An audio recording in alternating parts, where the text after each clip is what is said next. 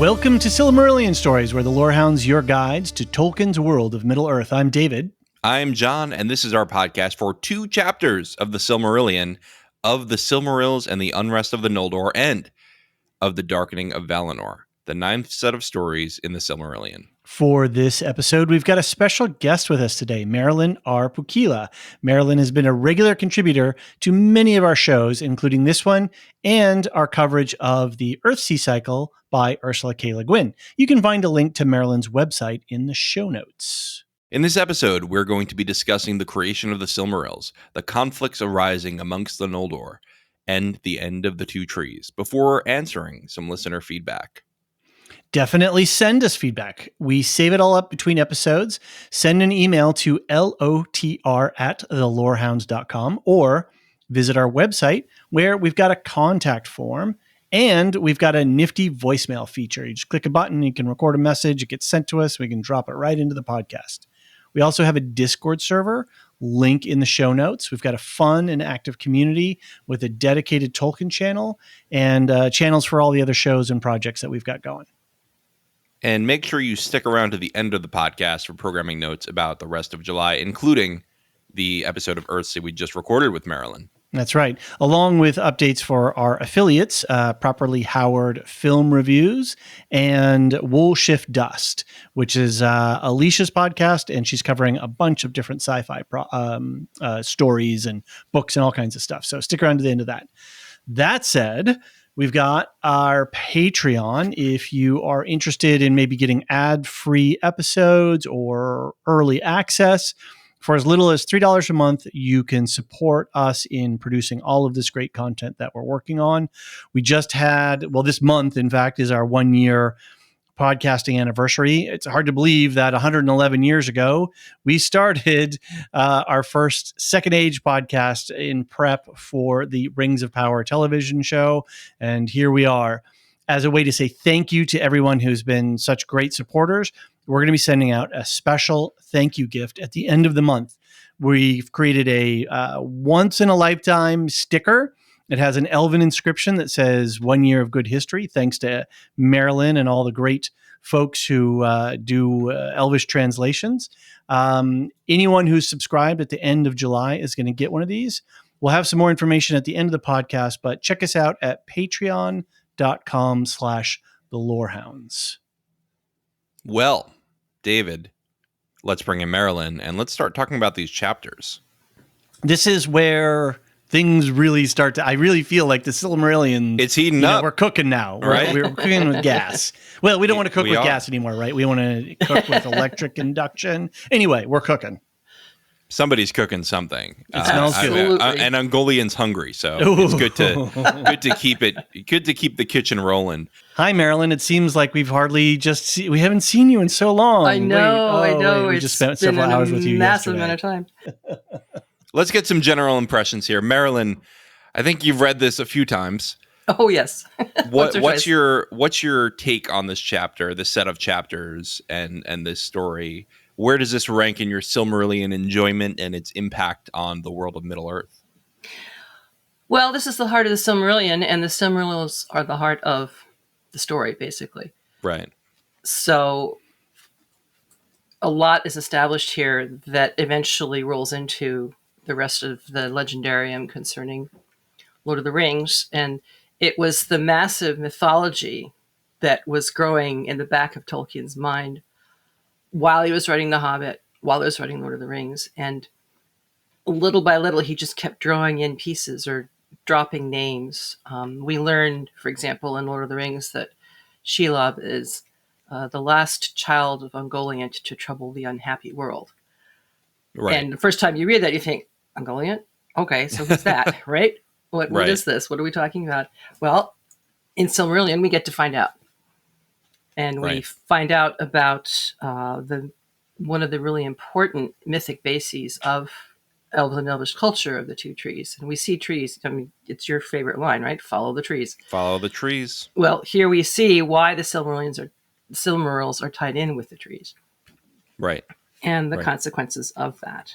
And Tolkien's not hiding the ball either, right? He says at one point, and this is going to have consequences later, basically. He says that all the time in these early chapters. Like, oh, yep. And nobody knew that this was actually going to be a huge problem later. It's almost, I think that if we read that today, that would be critiqued as a technique, because people would say, hide the ball a little more, He's spoiling himself. He is spoiling We himself, already know he's just very too early excited. on. He's just too excited. David, this is your first time with the Silmarillion. What did you think of these 2 chapters? Well, like I said, I feel like we're finally getting into the stuff. We've gotten past all of the begats and the begots, and we get Ungoliant, which is such a vivid. The passages are relatively short, but there's such vivid imagery in there about it, her, whatever it is, how it works, and what it did to the trees, and so that was just juicy reading, if I could, be a little weird about it. Great to see Melkor skulking about, Tulkas getting all riled up and wanting to go thrash and chase, but all these things about magical darkness, a lot of fun. The Noldor, there's just some people with some heads up their butts here.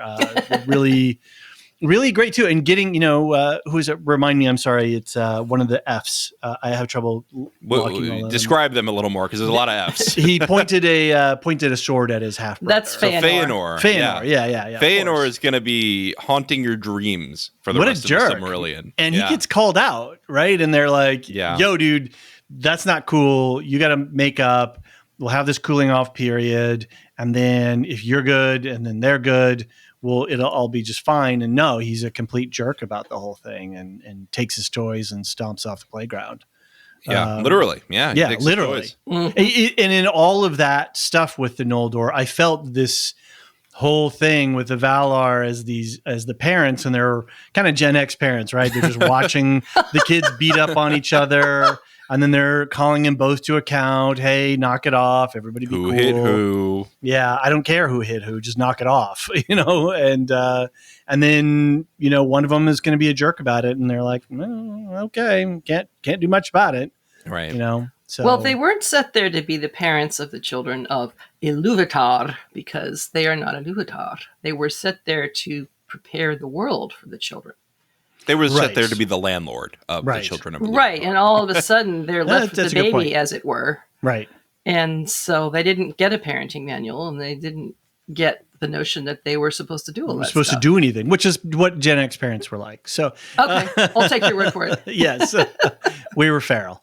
So yeah, it was really great to see the gears getting in motion here, the stakes being set, the drama getting turned on, the bad guys twirling mustaches and skulking around in the shadows. And I feel like, all right, let's go. Let's do this. Let's start to see what happens. Let's do it indeed. I think that's time to go into the plot. So I've broken this up by plot point because it's a very plot-driven set of chapters. We're no longer in the ethereal realm of, like you said, David, who begot who. Mm-hmm. So Fëanor, the greatest myth among the Noldor, creates the Silmarils, 3 jewels which contain the blended light of the 2 trees of Valinor. I don't know who added this quote in the outline, but it's a good quote. So whoever did, please come forth. Not me. It must have been Marilyn. Then he began a long and secret labor, and he summoned all his lore and his power and his subtle skill, and at the end of all he made the Silmarils. As 3 great jewels they were in form, but not until the end, when Fëanor shall return, who perished ere the sun was made, and sits now in the halls of awaiting, and comes no more among his kin. Not until the sun passes and the moon fails, shall it be known of what substance they were made. So that's a super interesting thing. And it also is part of my rage at Rings of Power, making Mithril liquefied Silmaril. Yeah. Yeah. Seriously. I'm still mad about that, but and it's because this is something that's so mysterious in the Lord of the Rings, and a really beautiful description. There's a ton of poetic language in this chapter, in these 2 chapters, and it starts here just with this description of the Silmarils, and it's kind of fascinating that Tolkien makes the most beautiful and most pure objects in Middle Earth in Arda be made from this very flawed man, elf, whoever he is, very flawed person. Interesting. Well, he exhibits what I consider to be the most familiar flaws of the creator. And this is a theme that runs throughout Tolkien, and I think it's partly because he himself saw himself as a sub-creator, but throughout his life also almost felt he had to justify that it was okay to do this, because he truly believed he was adding to the creation of divine, and was a little concerned that this might be sort of a hubristic thing to do. So is Fëanor a self-insert? That's a really interesting question. Or rather than a self-insert, because I think that Tolkien had a kinder view of himself than that, at least. I think Tolkien is at least examining his fears. Absolutely. Fëanor. Here's the worst case scenario. Absolutely. Here's what I don't want to be.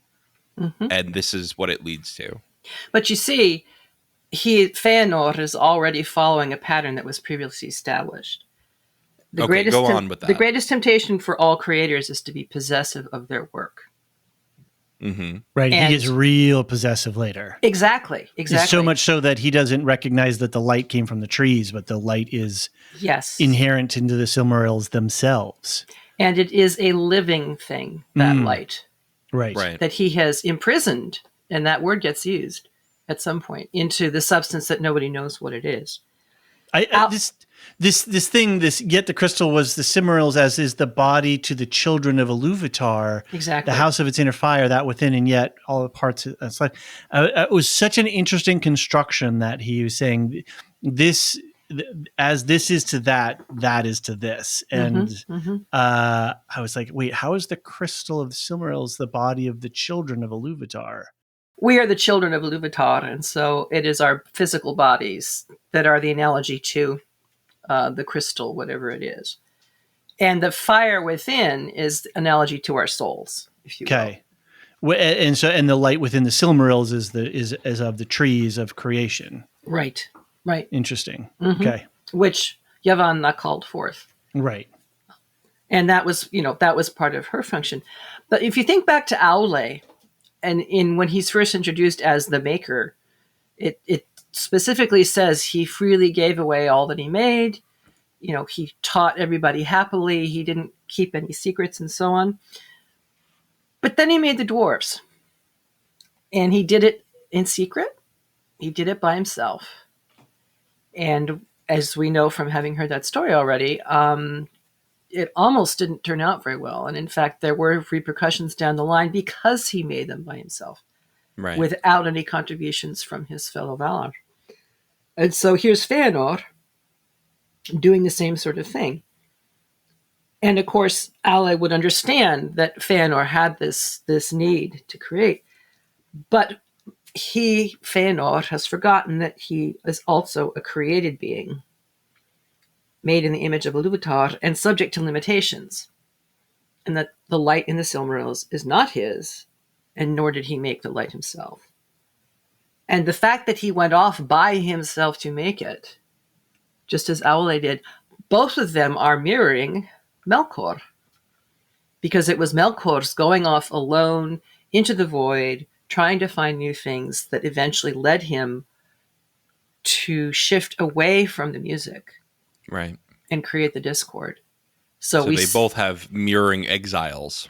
Right, exactly. And the consequences are not dissimilar. Yeah. Which is fascinating because while they have plenty of similarities, Fëanor and Melkor are not friends. Fëanor, what's I think most interesting to me about Fëanor, and I always bring up Fëanor when people say Tolkien doesn't have great characters, is that Fëanor explicitly rejects the evil beings, right? He does not want anything to do with them. Mm-hmm. He's firmly on the side of the light. He just does it in a way that makes him an asshole. Well, and makes him vulnerable to the temptation of the evil, and does not see how very similar he is to it. Right. And I think that's a fairly human Right. flaw as well. Right.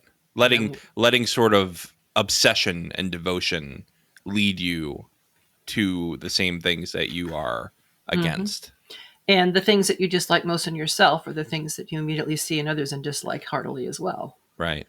I want to bring in the next section just because I want to combine this with our discussion. Mm-hmm. Melkor, jealous of the jewels and the Noldor, begins to spread lies to feed hatred among the Noldor.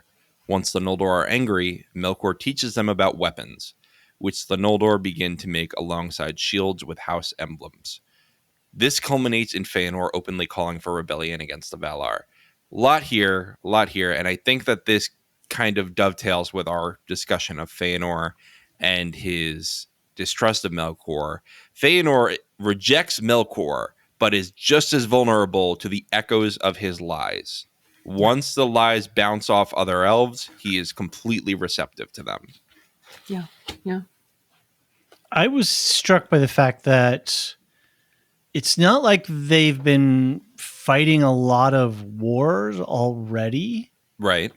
If correct me if I'm wrong on that, and they might have been doing some hunting and some basic stuff, but to suddenly have helmets and weapons and shields and this Right. sort of the machinery of war, the technology of war. Mm-hmm. I'm guessing Melkor must have been putting that into his whispers to them and seeding that. Yeah. Well, Melkor, he does something very smart, which he acts like he's only warning each elf family individually, right? Yeah. So each family goes, we gotta prepare because the other elves are gonna rise up against us, or the Valar are gonna rise up against us, and because no one will talk, because people distrust each other, much like Saruman and Sauron, and the way that Theoden was very secluded while he was under the influence of Saruman. This causes them to react in a fearful way and to arm themselves to the teeth. And who among all the created beings of the world at this point has enacted violence up to this point? Of course, it's Melkor. Right. Yeah. And so only his mind could conceive of weapons. Right. Not the same thing as, arrows for hunting, whatever. We know that the elves do hunt. I don't know if they're hunting in Valinor at this point. I tend to think they're not. But yeah, the notion of killing another sentient being just hasn't showed up yet. And later on, when he starts talking about the Valar making thralls of the Noldor, what is this thrall? Where does this concept come from? Right. And so suddenly Fëanor is telling all of his fellows, "Oh, we're thralls to the Valar." Well, who's the only person we know of at this point in the history of Arda who has enslaved people? Right. And I like later when Manwë basically says, I don't remember if he says it or another Vala says it, but if you want to call it thraldom, sure, but you can't escape it. Manwë is king of Arda, and you're not going to escape that. No, you're a thrall. No, you're the king of thralls. Right. It was like, fine, call yourself a thrall. Yeah. Yeah. It's very childish. The Noldor are acting very, very childlike in they all are. of this. They're very young. That's true. Yeah, they are very young. Only a few thousand years, Did Tolkien where along? Well, okay, so this is a reconstructed book by Christopher, right? Right. It is. But do we know when certain parts of the Silmarillion were written relative to his life? I think the idea of the Silmarils was early. Correct me if I'm wrong, Marilyn. Yes. The idea of the Silmarils was early, and it was evolving over time. I think Eärendil was the birth of the idea of the Silmarils. But I don't know when Fëanor came along, and I don't know when this idea of the Noldor politics came along. I'm just thinking of Tolkien as a parent, and some of that is coming through his writing here, because he is writing in a very parently sort of way, and watching observing the behavior of children, and using that understanding to illuminate the characters in the story as the characters are developing. Mm-hmm. Right. The Silmarils pre-existed Eärendil. Eärendil, the story, the poem, was the absolute first flick of inspiration. Okay. But he had no idea what it was or what it meant for a very long time. And for a while there, Eärendil was pretty purposeless. He arrived at Valinor after they'd all gone off to fight the war in the earlier editions. But the whole course of the story of the Silmarillion was pretty well formed in the 1930s. It needed a lot of refining and so forth. And that's why it was so much in his mind when he started writing first The Hobbit and then Lord of the Rings. Right. So that would have been around the time he had young children. Oh, yeah. Right? Oh, yeah. Yeah, his first son was born in 1918, if memory serves. So he's got a 12-year-old and younger. So, yeah, good call, David. What do we know? I'm curious, too. Was he an uncle at this stage? That is a good question. Hillary definitely got married and definitely had children, but I know nothing about their dates. Interesting. Yeah. I mean, I remember when we were when we did our Second Age podcast, so long a year ago, we talked a lot about how Tolkien brought his whole self into his writings. And even though we can talk about the inspiration for the creation and how the creations sort of took on a life of their own in many ways, he still, as the conduit, your points of views and thoughts and stuff are going to be naturally embedded in the words that are being written by your hand. So. Along with your world experience and your life experience. And we talk about the wartime experience, we talk about the religious experience and all of these things. So Right. There's a quote here, long was he at work, referring to Melkor, and slow at first, and barren was his labor. But he that sows lies in the end shall not lack of a harvest, and soon he may rest from toil indeed, while others reap and sow in his stead. Ever Melkor found some ears that would heed him, and some tongues that would enlarge what they had heard. And his lies passed from friend to friend, as secrets of which the knowledge proves the teller wise. That last part especially really hit me. This idea of the secret is just so good that it proves the teller wise, that you want to believe it, right? And these juicy lies that he uses whispers to make people believe, this telephone game that he's playing, really was effective with the Noldor. It's one of my favorite descriptions of fake news and conspiracy theories. Mm-hmm. Yeah. It's not a recent development, folks. No. It's been around for a long, long time. Yeah. The funny thing that you were, when you started that quote, though, the idea that, long at toil with this, this fruitless labor. And I was just thinking about the life of a writer, how oftentimes that is the case. Yeah. Where you're just, and nothing's coming to fruition. Or creators in general, be it actors or musicians or, photographers or whatever. If you're in an active creation, it's a long grind. Yeah, that sometimes it can be. And then there's those few people who just seem to create without, just they blink their eyes and they create something. Yeah, if I could plug Alicia's interview with Hugh Howey, she asked him, what advice would you give to a new writer? Mm-hmm. And he said, don't obsess over the first thing you write. Yeah. You need to keep getting things out, because probably it's going to be the fifth thing you write that catches fire, not the first. Right. Mm-hmm, mm-hmm. And that is something that made me go, wow, that's a lot of words to throw around, to not expect anyone to read. Yeah, well, I've got 12 volumes of the Histories of Middle Earth on my bookshelf. Right. Kind of proves the point. And some of the early stuff, some people find rather painful. A lot of it I just find fascinating and enchanting, just to watch the unfolding of the story, but also the craft of the writer. Well, to shamelessly plug our Earthsea conversations, we just finished up The Furthest Shore, and one of the things that we talked about was the deftness of that Ursula K. Le Guin was showing at those in that at that time a final book, and just how confident she had grown and how well her story construction was. And so, you want to be good at something, you've got to do it over and over and over again and keep working it. So Hugh Howey's, I think, comments, as you say, in Elisa's conversation with him are I think spot on. Yeah. There's another detail here that Melkor knew of the coming of men, and so used that to put fear into the elves. The Because third theme of Iluvatar. Right. And so he's saying, well, they're just trying to keep you guys busy while they let these other guys take over Middle Earth. You should see how they're partying over there. And the whole business of, why is that a thing to arouse fear and suspicion? You're in the presence of Manwë, who is the closest to the heart of Iluvatar. Presumably you trust him.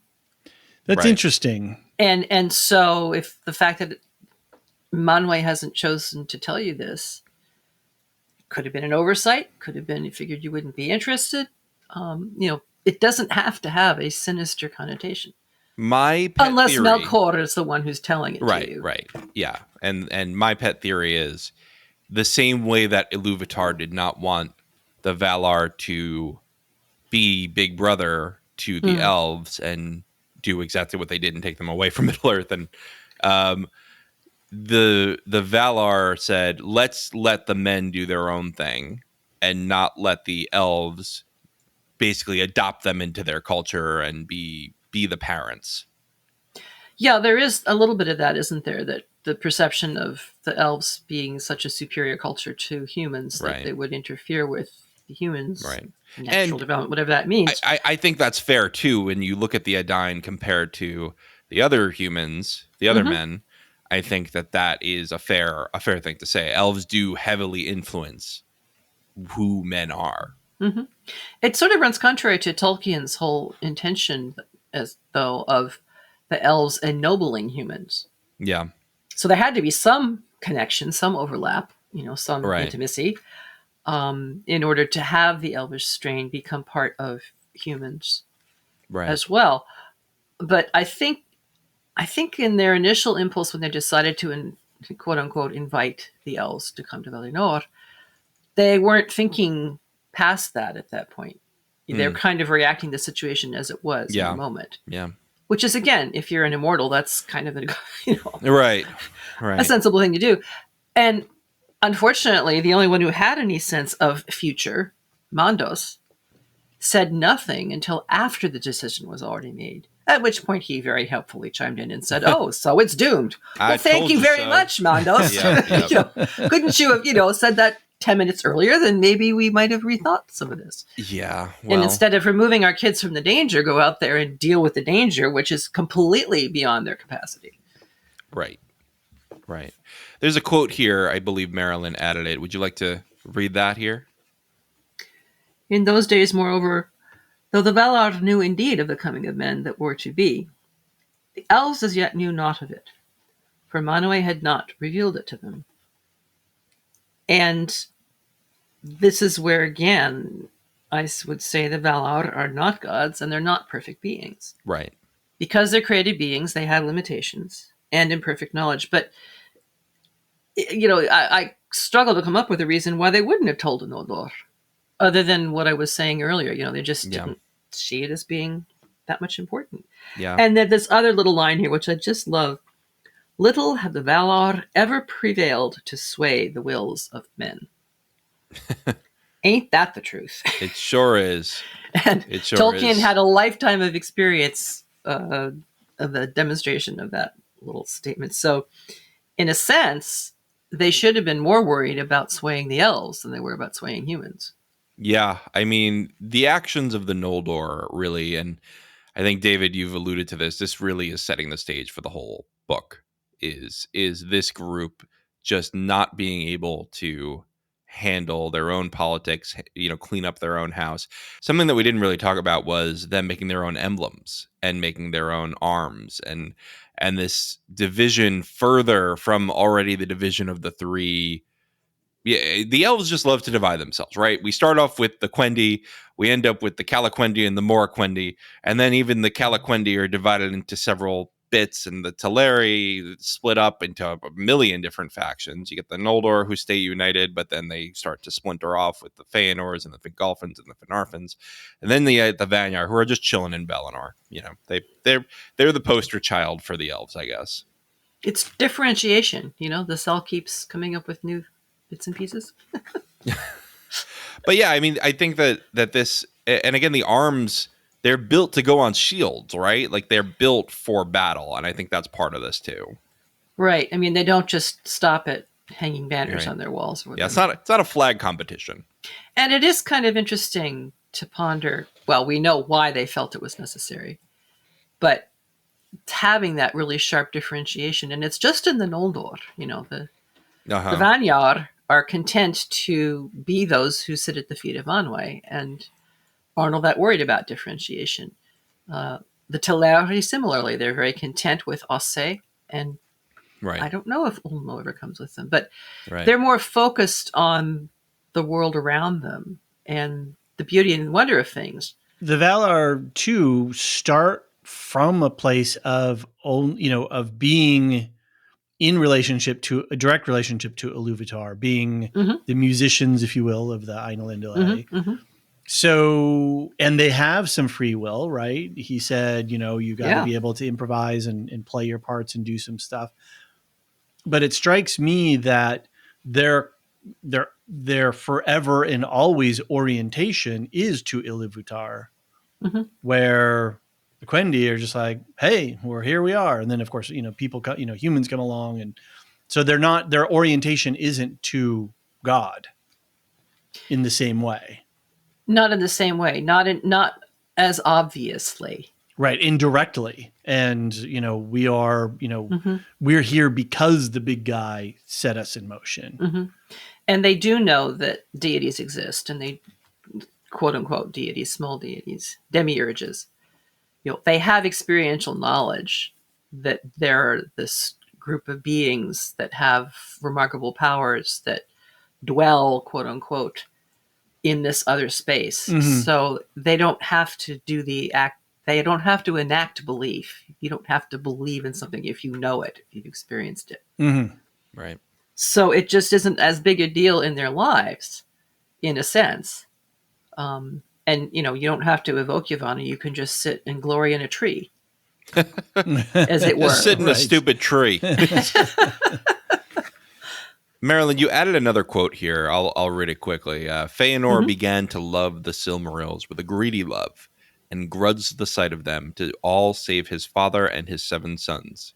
He seldom remembered now that the light within them was not his own. And I think we basically hashed this out before, but this idea that Fëanor really is having trouble with his ego, one might say. Yeah, one might. We used the word ego a lot last night when we recorded the Earthsea podcast, but I think Tolkien certainly has a different view of ego than Ursula Le Guin. I would agree with that, absolutely. This is what I called one of the 9 themes of Tolkien when I taught my course, was the dangers of possessiveness. And, the Legendarium is just riddled with examples of this. But it seems to be one of the core concerns for him. Right. And again, tied in very tightly with those who are creators. Right. And unlike the Teleri, who simply enjoy each wave as it comes along, if you will. Although the Teleri, they've got some fire in them too, just more on the Middle Earth side. I think the Falmari are fine, and then what am I? Did I use the wrong term? No, you're fine. Okay, you're fine. You're a little further down the line, but that's fine. The Falmari were the ones that ended up staying in Valinor, right? The Teleri of the Teleri. Who were the Teleri that stayed in Valinor? The Teleri. No, but weren't they divided? The Teleri subdivided into the Falmari, which stayed in Valinor, and then there were the Sindar and whatnot who stayed in. The Teleri who remained in Middle Earth became the Sindar, more or less. I think the Falari. I thought the Falari were the name for the Teleri that stayed on the shore of Middle Earth. Kirtan and his people. Let's look it up. The Teleri were the most numerous elven clan. Let's see. The Falmari were the Teleri who followed the great journey into Beleriand and reached Valinor. Okay. So well done. Thank you. My brain worked tonight. Yay! Now, after a while, you do just, your eyes start crossing with all those designations. I know. And to be perfectly honest, I don't think it was the elves who loved to do the sort of hierarchical thing. I think it was Tolkien. Yeah. I think he really, he believed in hierarchies. He was committed to hierarchies. Right. Well, now that we've sorted out the factions of elves, yeah, I think that the Falmari, at least that part of the Teleri that stayed in Valinor, were pretty chill, just chilling out on Aqualande. Well, you live by the seaside. Yeah. How can you not be chill? Well, Sweeney Todd also lived by the seaside, and he didn't. Oh, do really? So well. Well, I never encountered him on a beach, so I just watched that movie. Sorry, it's fresh on the mind. I can see. Finwë summons his lords to council, where Fingolfin pleads for Finwë to restrain Fëanor. As he does so, Fëanor bursts in the doors and hears this, considering it a confirmation of the lies of Melkor that his brother seeks to supplant him. Fëanor threatens Fingolfin at sword point and seeks Finarfin. So this is one of the most visceral scenes of this chapter to me. Yeah. I can almost see in my brain Fëanor just pushing the doors open and his arms wide as he comes in. My brother, just really hamming it up, because Fëanor, let's be honest, Fëanor is a drama king. He's just very ready for the drama at any point. And he's got his long flowing hair and he's just waving it in the wind, just throwing accusations at everybody. And it's really sad, because honestly, Fingolfin was just asking for help. Yeah. And Fëanor comes in, blows the whole thing up, and breaks the peace of Valinor, which has never been broken. Mm-hmm. Well, his name means spirit of fire. So yeah, call it drama king, call it intensity, call it passion. Yeah. Call it violence. That's absolutely violence. Right. Or threatening of violence. David, this scene, did it strike you the way it struck me, since it's your first time? Yeah, as I said at the top of the episode, it was very exciting to have some drama happen, and to have swords drawn, and it's not only just the initial conflict, but then doesn't he chase him to the door, and he gets in his face even more, and that's when he really drops some hot words, and everybody hears it. Because of where it is, and so it like I said, it really felt good to have some drama happen, even though if it's sort of the undoing of the Noldor, the beginning of the end in a way. Not, you know what I'm saying? It was just that the peace has been broken. It's the beginning of this peace being broken. Right. We want drama in our stories, and finally, I felt, oh, okay, good. Stuff's happening. Right. And there's this line right as Fëanor comes in, so it is, even as I guessed. My half-brother, he says right away. He did not say my brother. Yes. My half-brother would be before me with my father, in this as in all other matters. And I believe, I got to find the passage, but I believe that Fingolfin turns around and calls him brother later. He does not throw the half at him. He just pledges fealty to him and calls him brother, because he's really trying to mend the bond here. Everyone gives Fëanor a million chances to do the right thing. And at every step, Fëanor says, nah, agent of chaos here. Yeah, yeah. I love this little bit of a line. This is sharper than thy tongue. It's just like, ooh, there's some smoke, He's really winding him up. Yeah. As you said, spirit of fire, right? Yeah. Yes, exactly. Yeah. Exactly. Master it's a great thralls. Scene. It's a really great scene. It'd be a fun, remember when we, back in the Second Age, and one of the things that we did was we looked at a lot of the YouTube videos, the fan creation stuff, and there's some really great stuff out there.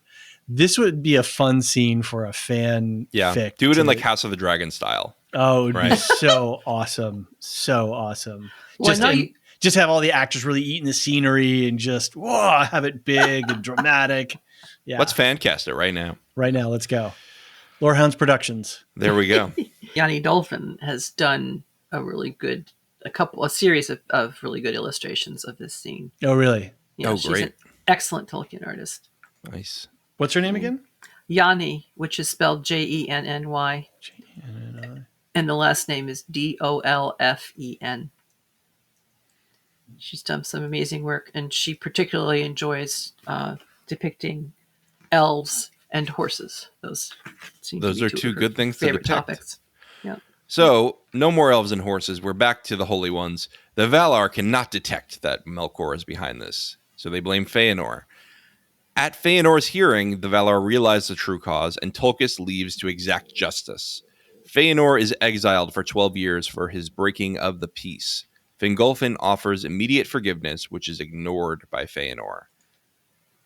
Yeah, so there's a great description of Tulkas leaving that just it just makes me think he's like Melkor, I can go after Melkor, and he just leaps up, hops Finally! on his horse. It's one of those, if you're watching a movie or playing a video game and the horse is already running and you just leap on the horse, right? And that's what I picture with Tulkas. He's like, let's go.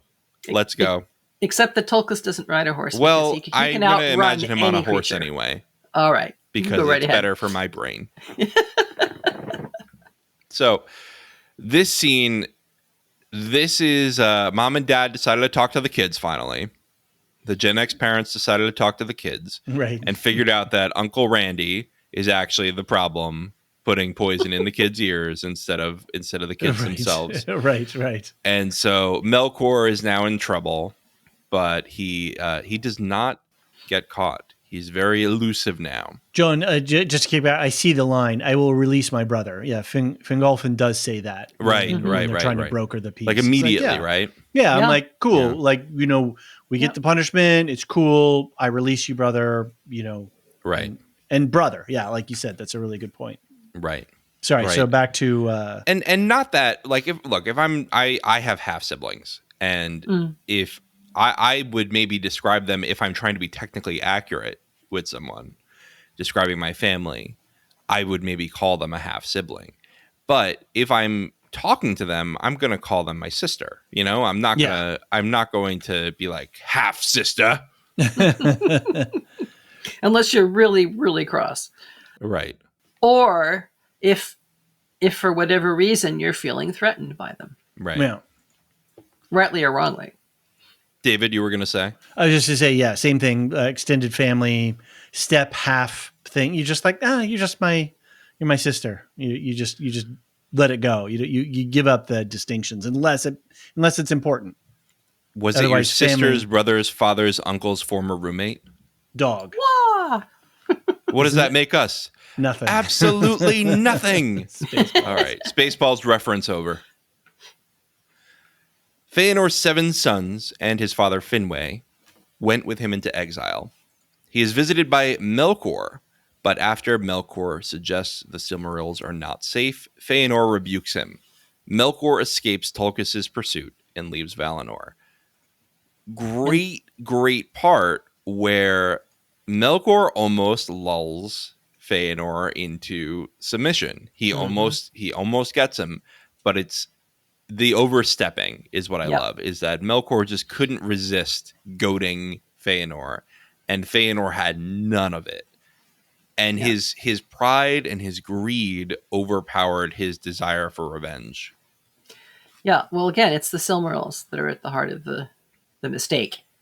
Yeah. Because Fëanor is listening to him and believing him right up until the point that Melkor suggests that even the Silmarils might not be safe.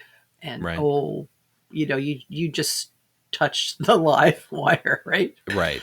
And Don't use the S word with me. One of the best lines of all, "Get thee gone, thou jail crow of Mandos." Get thee gone. Very, very Shakespeare. You ever watch the movie The Witch?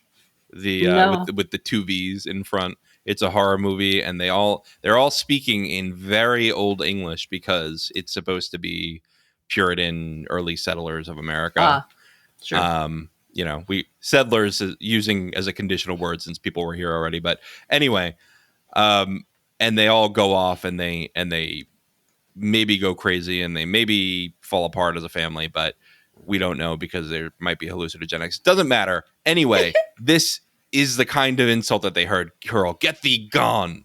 Yeah. And I love that. I don't know why, but it feels worse than just saying, get out of here. Well, and it's very satisfactory to say it too. Yeah. It I think I'm going to adopt it. If feels good in the mouth. If I ever have to dismiss someone, get thee gone. If I ever have to send my children to their room, I wondered. I think that's it. That's my first thought.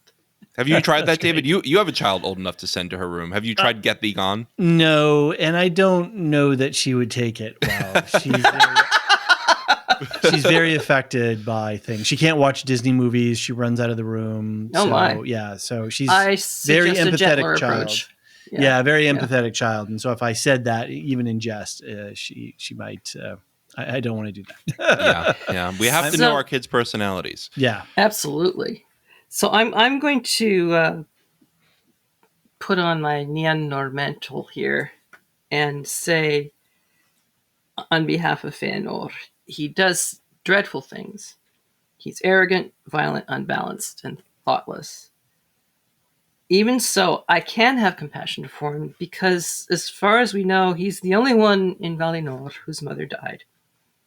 By choice, in a sense. I mean, you can argue that back and forth. I don't think that she had choice. I think she literally I agree with that. Put every ounce of herself into her son. Yeah. Once he knows that, I believe there's got to be some guilt there somewhere.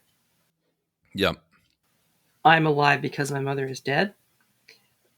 And unfortunately, he turns that grief into all these qualities of the arrogance and the fear. What happens if I lose my father too? Right.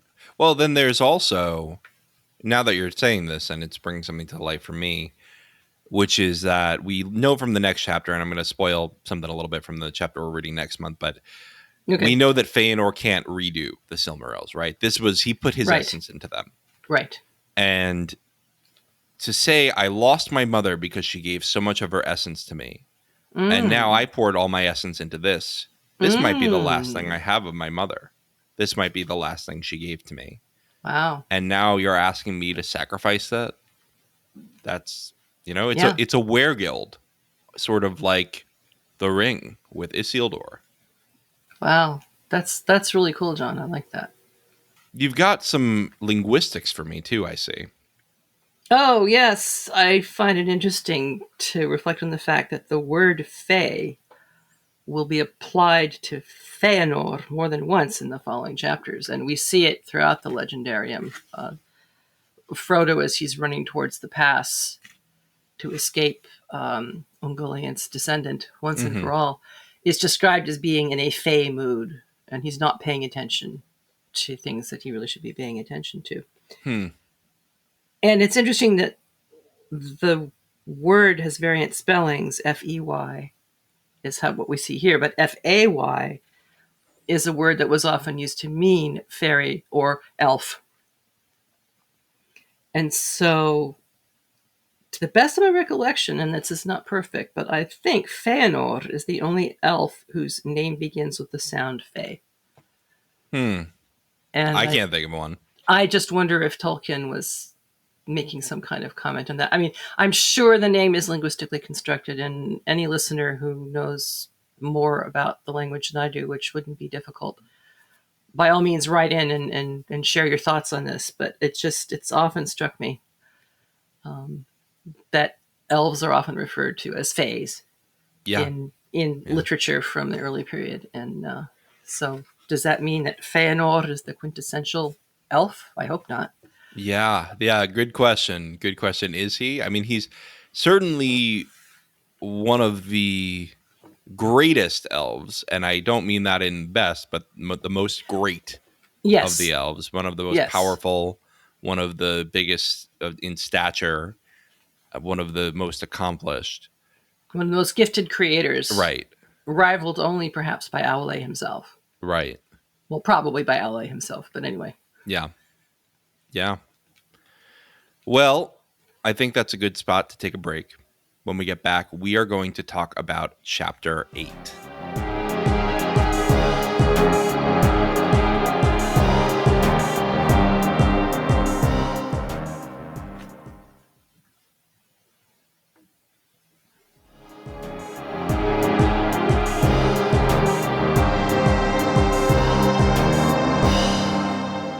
We're back and ready to read Chapter 8.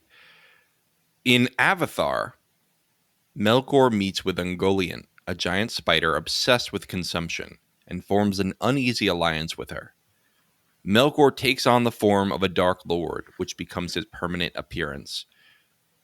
I did not realize until this reading, I must have missed it, maybe I just forgot, that Ungoliant was a former servant of Melkor. I always, for some reason in my brain, she was this mystery origin. And I guess she was one of Melkor's all along. They were buddy cop the whole time. More or less. More or less. Well, for a while, and then I guess she grew out of him. Right. Well, it says that she was one of those that he corrupted to his service. Right. But there's also this wonderful line, she descended from the darkness that lies about Arda. When Melkor first looked down in envy upon the kingdom of Manwë, and in that beginning, she was one of those that he corrupted to his service. But yes, she subsequently disowned him, desiring to be mistress of her own lust, taking all things to herself to feed her emptiness. And, you know, this is such a classic trope about the devouring nature, supposedly, of women. Mm-hmm. You know, it's, of course, a more common theme, hungering, lusting, yearning for something. You see that in a lot of places in Tolkien.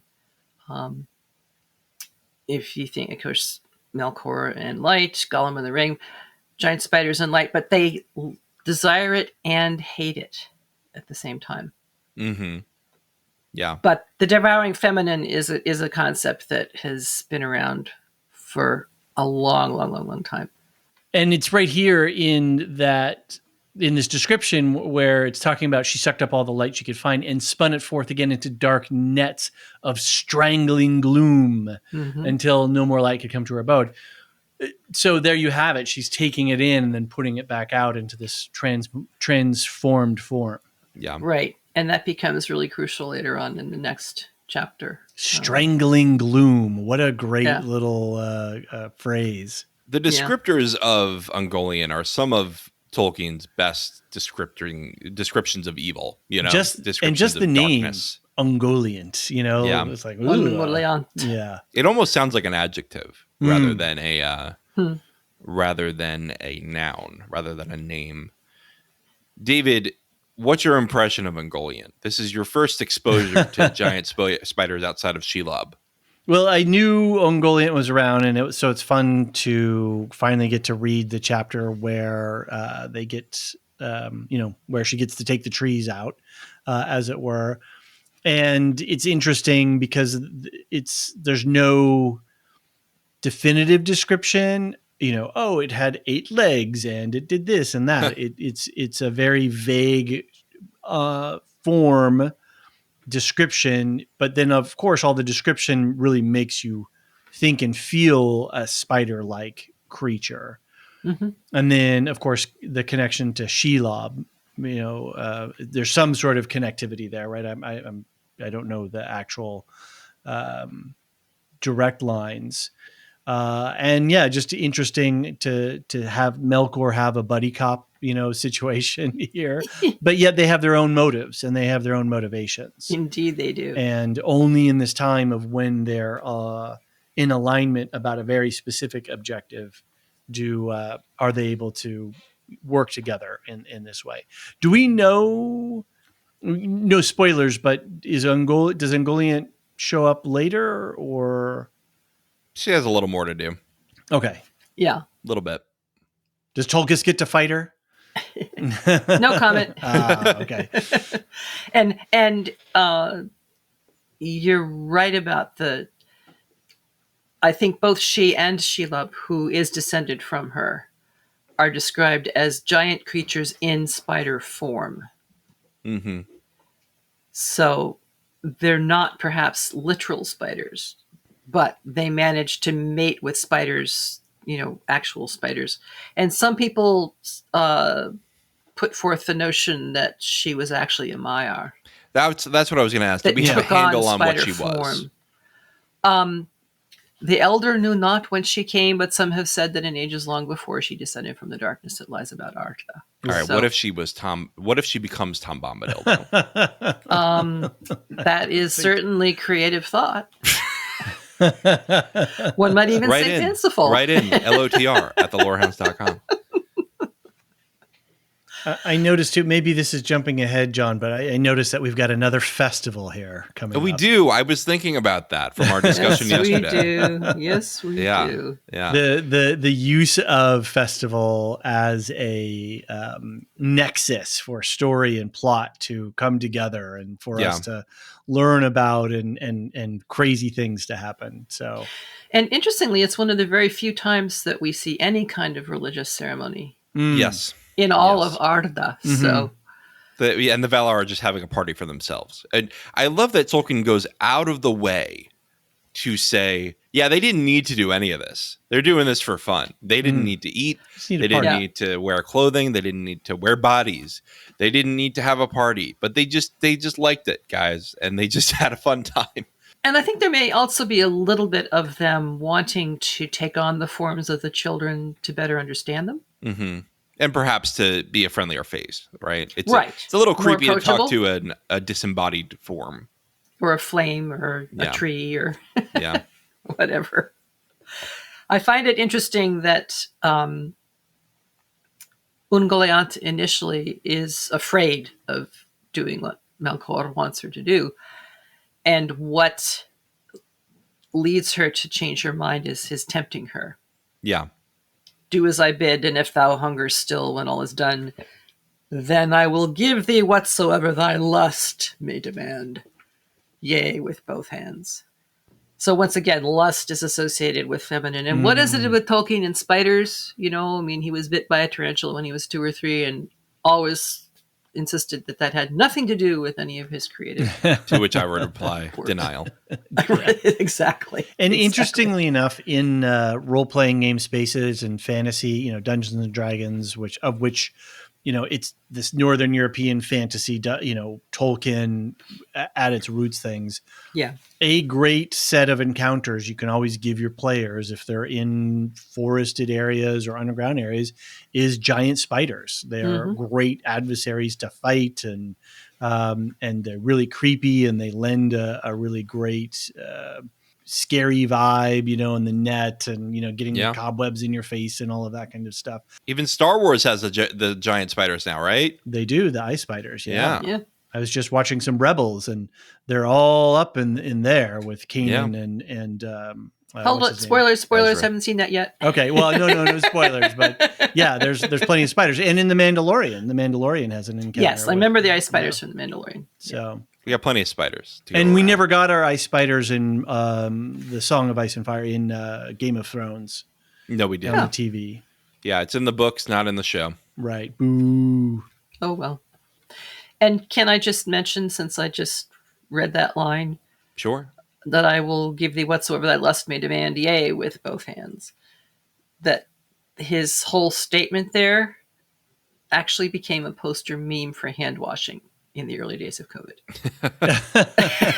And produced this marvelous, marvelous poster. Can we, you should throw it up in the Discord. I'll throw it up in the Discord and I'll make a blog post on our website and I'll link to it in the show notes. Oh, yeah. Wow. You're getting him at triple duty. Yeah. I tried very hard to find the original link and I couldn't, so I just took it off of when I posted it on my Facebook page. I like it. Under Ungoliant's web of darkness, they sneak into Valinor during a time of festival when Manwë sought to heal the division among the Noldor. Fëanor was commanded to come to the festival, but Finwë stayed behind, refusing to come while his son remained exile.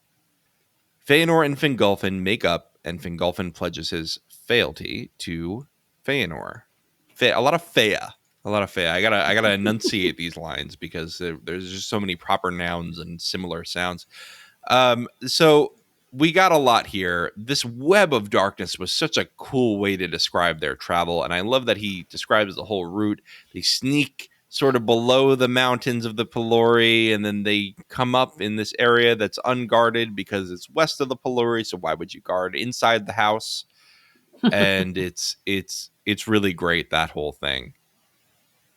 It reminded me again, to go back to the Dungeons and Dragon reference of something a spell that you can cast called Magical Darkness, which, nothing else but other magical sources can see in this darkness. And it really, it made some great connectivity to me from that space into this space, because Tolkien is such an inspiration for a lot of what happens in Dungeons and Dragons. Unfortunately, all the magical beings in the area are having wine. Yeah. And of course, now I'm trying to think of examples of spiders in northern mythology and tales and things, and not coming up with a whole lot. Wolves and werewolves, absolutely. Sure. I mean, they were undead. Definitely the undead. Oh yeah, the Draugr from the Icelandic sagas and other sorts of things. I'm not sure that spiders really put in that much of an feature appearance. That much. Interesting. Yeah, maybe I'll have to look that up. D&D okay, listeners. Invented spiders. I learned that today. So more here, right? So Fëanor being commanded to the festival. Finwë, I love this. So Fëanor has to come back for a day. He's let back for a day in exile and made to come back. And Finwë goes, well, if he can't stay there permanently, I'm not coming. The apple doesn't fall far from the tree, does it? Right. Yeah. So Finwë, we don't get to know him very well, right? And none of the original fathers of the tribes do we get to know well, except Thingol, who we do get to know pretty well. Mm-hmm. But Finwë, you're right. He's pretty similar in vibe to Fëanor. He's not super friendly, it seems like. Well, and there was a lot of questioning of him when he said he wanted to remarry, because it was not Elvish practice. Elvish practice was you formed a bond with another being for life. And what happened to Miriel was unique in all of Elvish experience. And there were some who criticized him and said, you had this incredible son. You could have been content with that. Yeah. It's possible that at some point in the next couple thousand years, Miriel might have decided to come back. And again, in the Histories of Middle-earth, there's some really fascinating material about the Valar meeting to discuss that what happens when Finwë dies, and was it right for them to allow him to remarry or not? They really get into it in a deep way, and I think some of this is a reflection of Tolkien thinking about marriage and divorce. And as a Catholic, he was definitely against divorce, and I think that's why elves, being his representations of the quote unquote perfect humans, would never divorce, and so that was kind of baked into their physiognomy as well as their hearts and so forth. Right. But at the same time, Finwë said, look, I'm the only one in all of Valinor who is unhappy. And yes, I have my son, but I have one child. I would like to have more. There's more in me. And so eventually they were persuaded that this was a good thing. But the other thing is that the elf that he married had loved him all along, but had stepped back when she saw that his heart had been given to Miriel. So, two people in love with the same individual, and eventually it seems there's an opening, and why not restore gladness and mirth? But nobody ever asked Fëanor what he thought about it, and who knows how old he was at the time. And strong passion all around, I think. Yeah. I'm just thinking about the elves that Tolkien sort of admired the most. Galadriel. Mm-hmm. Was her only child Celebrian? Yes, I think Celebrian was the only child they had. So It's not. Is this someone who learned from the errors of her uncle? Could well be. Could well be. And It said, was "That's enough for highly me." unusual for Fëanor to have 7 children. Yes, and that's Very because unusual. he had all the hroa Right. of his mother in him, Right. He was so full and of perhaps spirit. Fëanor should have been content with his children and not needed the Silmarils. Well, it's an interesting question because, again, had he not done that, the original light of the 2 trees would have been lost to the world forever. What I mean is not hoarding. I see. I see. Use them as a gift to everyone rather than hoarding them for yourselves. Be content that you have. His sons seem to love him. There's never a question of whether his sons are devoted to him. The only thing that the sons ever lament is the actions that happen later, and they, I think, share in the blame of it, rather than Fëanor, who I think they really loved him. I think he would have been happy with his sons if he had just could have let go of those Silmarils. Yeah. Well, and I think Maedhros is the only one of the 7 who stands aside when the ships are burned. Mm-hmm. Very, very complicated character there too.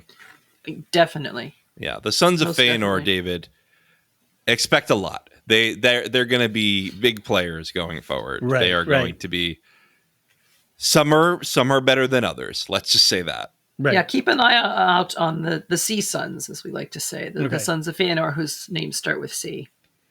And there's some big battles too coming up with them. And yeah, good stuff. We got plenty of stuff going on. Oh yeah. Oh hey, something that I meant to ask about earlier when Melkor's skulking around and we've got a Tumno. That really reminded me a lot of the beginnings of the Rings of Power, where Galadriel is up looking around and that kind of stuff. So when we think about the showrunners for that show pulling from, various sources, even though legally they can only do certain things, they can ask for certain things. They did seem to get more Silmarillion than we thought. Like they did seem like the estate gave them more than we thought they were going to. Right. So yeah, on a case by case ask. Mm-hmm. Yeah. Which must have been time consuming if nothing else. Yeah, no, I just wanted to point out the Autumn that connection. I just was sort of looking at the text here again, and I forgot to mention that before. So that would seems to be a very direct linkage there. I also want to point out one other thing in this, and that is the danger of oaths. We're going to see the Uber example of that coming up later on. But in this reconciliation at the feast, Thingol held forth his hand, saying, "As I promised, I do now. I release thee and remember no grievance." Then Fëanor took his hand in silence. But Thingol said, "Half brother in blood, full brother in heart will I be. Thou shalt lead and I will follow. May no new grief divide us." "I hear thee," said Fëanor. "So be it." But they did not know the meaning that their words would bear. Thingolfin seems to be a bit of a class act here relative to his brother. He absolutely is. And in this and in all that follows for the Noldor, I think of Elrond warning Gimli against the taking of oaths before the Fellowship sets out from Rivendell. Right. Gimli says, "Sworn oath may strengthen quaking heart," and Elrond's response is, "Or break it." Interesting. Look not too far ahead. Interesting. So of all the people of Middle-earth, I think Elrond is the one who experienced and suffered the most from the taking of an oath. He learned the most from it, I think. He learned the most. He internalized the most lessons from the Oath of Fëanor and from the whole doings of the Noldor in the first age. Well, I'm trying hard to think of an oath that turned out well. Well, of course, the Oath of Eor. And yes. And the Rohirrim. So that one turned out okay, but so we let men do oaths to each other. Nobody else, though. Yeah, well, I guess maybe. Who knows? Let's close out this chapter. Ungoliant's darkness reaches the trees, giving Melkor cover to smite the 2 trees with his black spear. Ungoliant sucks up the light of the trees, and her poison causes the trees to wither. Ungoliant also drained the wells of Varda, causing her to grow so large that Melkor became afraid. Valinor lay in darkness, and Melkor escapes. This idea that Melkor is afraid of a being that we don't even know the origin of, maybe Maya at the most. Definitely not one of the Valar, right? So she gets so big that she makes Melkor, the most powerful of all the Valar, go, oh, I might have screwed up here. Yeah, that was really funny.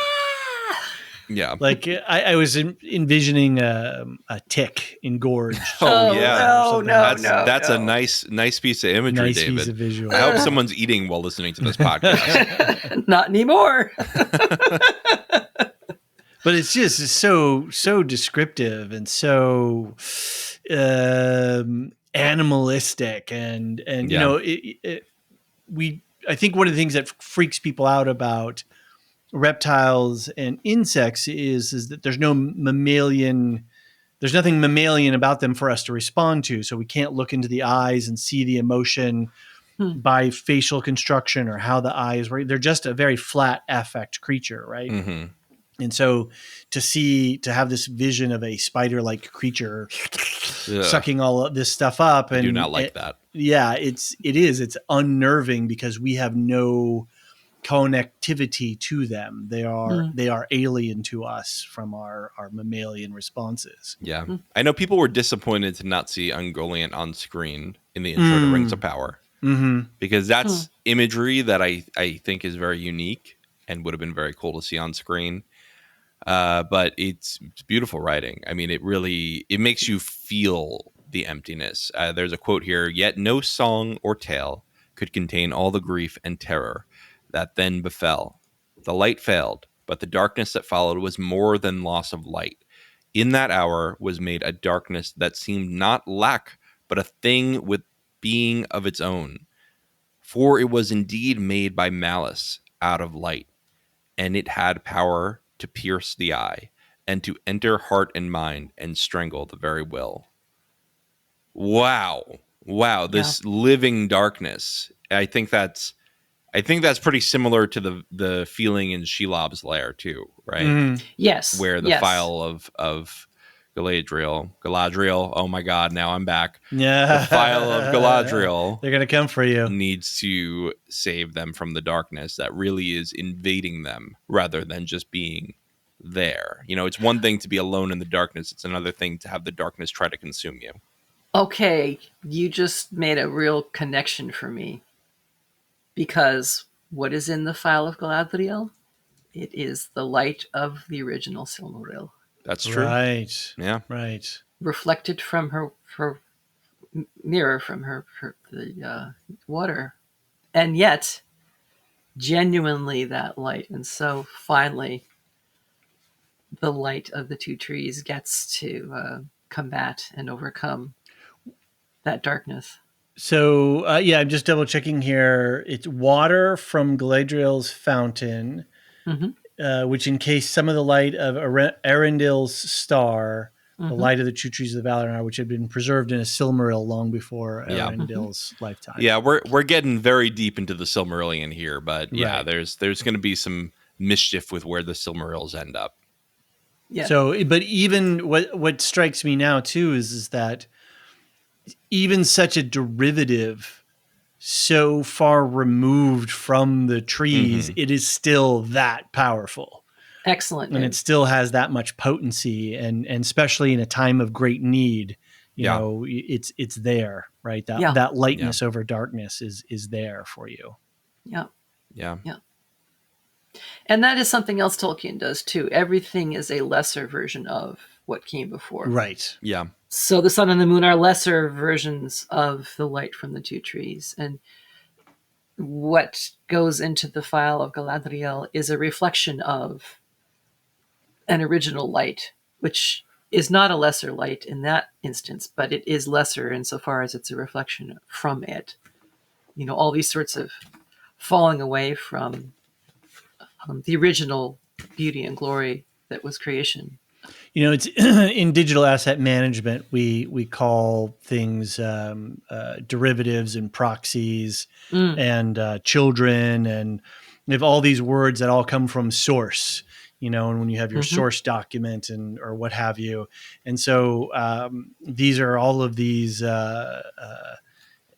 derived product from an original source, and yet still so potent and so powerful. And it makes me think of the whole thing too, with creator, sub-creator, and by many hands, making all kinds of art. So we're spinning out ever forth from this original source material, and we're doing that here with this podcast. Right? We're utilizing a derivative of a derivative of a derivative in a way. Mm-hmm.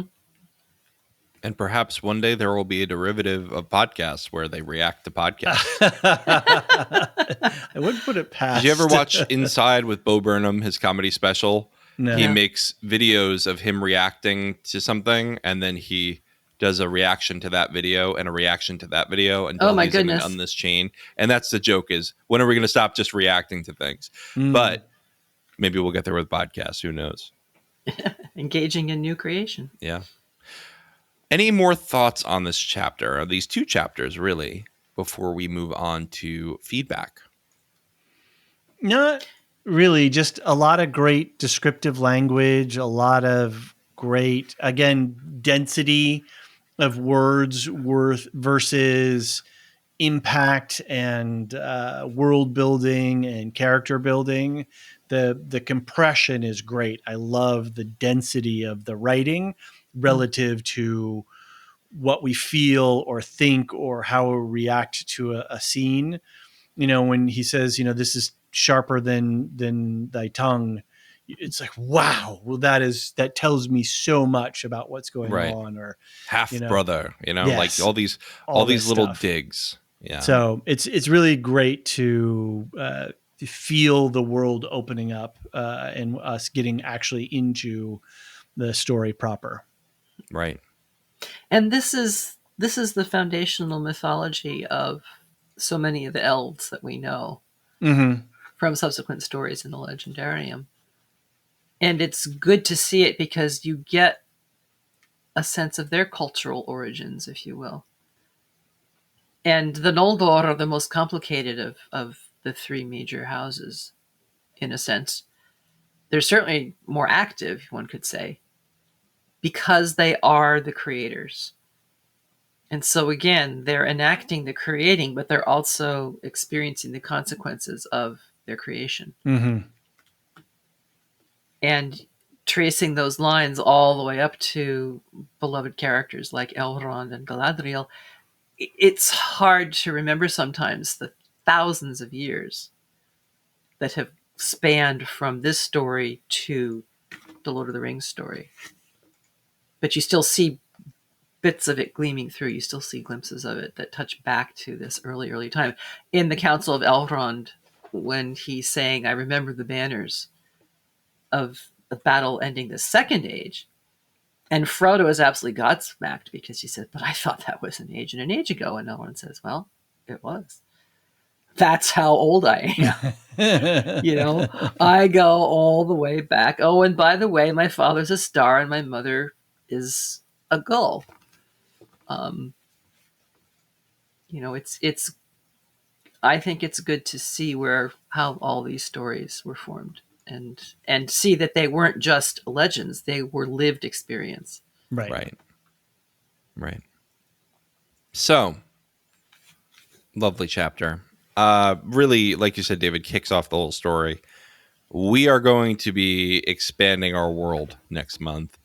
We have another 2-chapter session with Of the Flight of the Noldor and of the Sindar. So we're heading back to Middle-earth. We're going to have a great time with a couple different groups. And then in September, I don't think we have a guest for August, but in September, I know we're going to have Tea with Tolkien on to talk about Of the Sun and Moon and the Hiding of Valinor. So I'm excited to talk more Silmarillion. Marilyn, thank you so much for talking Tolkien with us again. It's always a pleasure. You're our favorite Tolkien scholar. We always say so. Well, thank you for bringing me on. I always love doing it. Absolutely. Anytime you want, just to shoot us a Discord message. Will do. We would like to go to feedback quickly. We didn't really get feedback, but I wanted to give a shout out to White Paper Bag on the Discord, who just bought the Tolkien Illustrated Lord of the Rings, which has sketches and paintings and drawings from Tolkien. And really enjoying it. White Paper Bag apparently is very much enjoying it, even if there were some publishing issues, some printing issues. And yeah, I wish you the best in reading it, and I know that you're listening to some great Tolkien music on YouTube, so keep us posted on your progress. Yeah, and be sure to send us any emails, lotr@thelorehounds.com, or head over to our website, use the contact form or the voicemail feature, and yeah, as always, the Discord. So we have a Patreon, and every episode of our podcast, we like to give a shout out to our lore masters, our top tier patrons. And they really, including all our patrons, but especially the lore masters, really keep the machine going. And much to Tolkien's dismay, the machine keeps going. And here they are. We give the shout out to them. Samartian, Cyrus, Mark H, Michael G, Michelle E, David W, Brian P, Nick W, SC, Peter OH, Bettina W, Adam S, Nancy M, Lavinia T, Duve71, Brian 8063, Frederick H, Sarah L, Gareth C, Eric F, Matthew M, Sarah M, DJ Miwa, Joyce E, Andra B, and Kwang Yu, recently upgraded to Lore Master.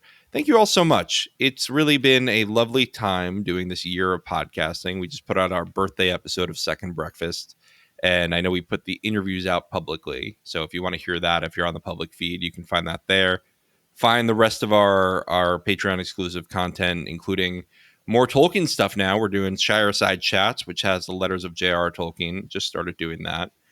And all our episodes of Second Breakfast. And David, do you want to talk about the stickers quickly? Yeah, just real quick. Anybody who's a subscriber at the end of July is eligible to get a sticker. It's a limited edition. This sticker will never be available in a merch store. It's just like the light of the trees. Exactly. I poured all my being into this sticker. I have used all my graphic design arts, which are very limited. Marilyn, you helped us. You reached out to some folks to help get a phrase translated, basically that says 1 year of good history. We reached out. You got in touch with some linguistics Tolkien scholars who wrote this out in Tengwar for us, and it's not an easy thing. It's not just A on a keyboard equals this letter. There's a whole process of going through. The sort of final translation we came up with was then hand digitally illustrated, and it's just a beautiful inscription. And what we're going to do is we're going to send that out to everyone as a thank you gift. Just, you guys have been so generous to us, and we just want to give you all back something that we think is meaningful and fun. And, you can show off a little bit that you're a Lorehound supporter. So again, that will be coming out at the end of July. I'm going to start as soon as I get everything's paid for. We're just waiting for the stickers to be shipped to me. And then as soon as I get them, I'm going to start shipping them out to everyone who's been already subscribed. And if you subscribe at 11:59 and 59 seconds, July 31st, you'll still get one of these. So there you go. Very cool. We've got a lot of stuff coming for the rest of July and into August. I know our affiliates are busy too. Woolshift Dust is going. The Silo season may be over, but Elysia is still going with her Hugh Howey interviews, with her game show edition of the podcast featuring us. And I hope you'll all check out her podcast. I know she's going to start reading Dune soon, so she's got more going. They're going to get into the Dune book, but then they're also going to look at various different adaptations of Dune. So they're going to look at Jodorowsky's Dune, which is a documentary about a very famous filmmaker, Jodorowsky, who never made a Dune movie, but they made a documentary about that. They're going to look at the 1984 movie, video games, a whole bunch of stuff, all sort of in preparation for part 2 of the Villeneuve adaptation later this year. Very cool. And I know she's got her own Patreon now doing a book club. Yep. So, Silo books. Yep. Yeah, head on to her feed if you want to know more. Maester Anthony is busy too over on Properly Howard Film Review, another one of our affiliate podcasts. A theologian and a stand-up comic walk out into a podcasting studio, and they watch remakes this season. And they already did Howard the Duck. They recorded a podcast with us already with Dune Part 1, the 2021 movie. RoboCop, The Wolfman, The Wicker Man. They've got it all. And so that's going to start dropping mid-August. So definitely subscribe to their feed in the show notes if you want that. As far as us, boy, do we have it all cooking right now. Foundation Season 2. Going strong. I had a blast talking about it with you, David, I think. And people have been writing in that they were having fun with the podcast too. So yeah, I'm glad that we're doing that. It's nice to be doing a full coverage show again. We did a TV one shot of The Bear. If you watched that on Hulu, if you're just catching up, you can listen to one podcast on the whole season. You just did a podcast with Maester Anthony on Asteroid City, the new Wes Anderson movie, and I listened to that. Great conversation. Another one of our one-shot titles where we can just take on a single show, or like you and Marilyn did Mrs. Davis, which is also in your feeds. And before that, we weren't allowed. No, it was not physically possible. We had to make a permission structure here. But there's more. But wait, there's more. Attack of the Clones. We just watched it on the live watch with Duve. I know Duve was there, and we had a lot of fun making fun of the movie. Not as bad as I remembered it. Yeah, it's interesting. If you take out the bad stuff, it's a good movie. Yeah, just cut out the romance. Everything else, it's actually a very dark and sinister plot in a lot of ways. Yeah, it is. Yeah. So we're going to be doing a podcast on that as well. And it's part of our Star Wars Film Festival. We're watching all of the Star Wars films in story order. What is it? All 11 of them? Something like that. I think because we're including Rogue One and we're including Solo probably. Yes, right. That's correct. So that's 11. Yeah. And then last thing, we are going to be starting our Ahsoka prep, where I think we're just going to do it in 2 episodes now. We're going to do 1 episode on the Clone Wars and 1 episode on the Rebels plotline. And we're going to focus on, I think, 8 episodes in each podcast. So stay tuned for a watch list for that. And stay tuned for release dates for that podcast.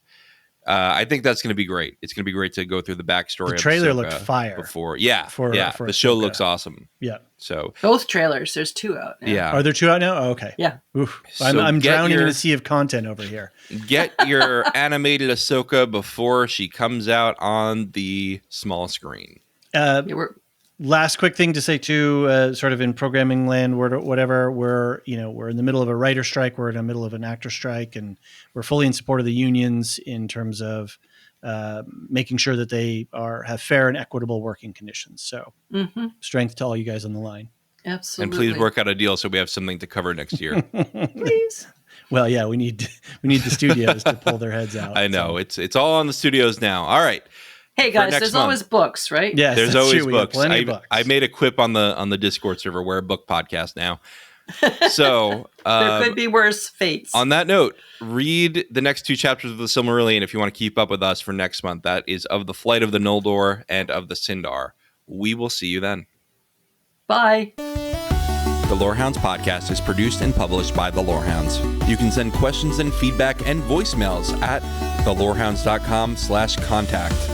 Get early and ad-free access to all Lorehounds podcasts at patreon.com/thelorehounds. Any opinions stated are ours personally and do not reflect the opinion of or belong to any employers or other entities. Thanks for listening.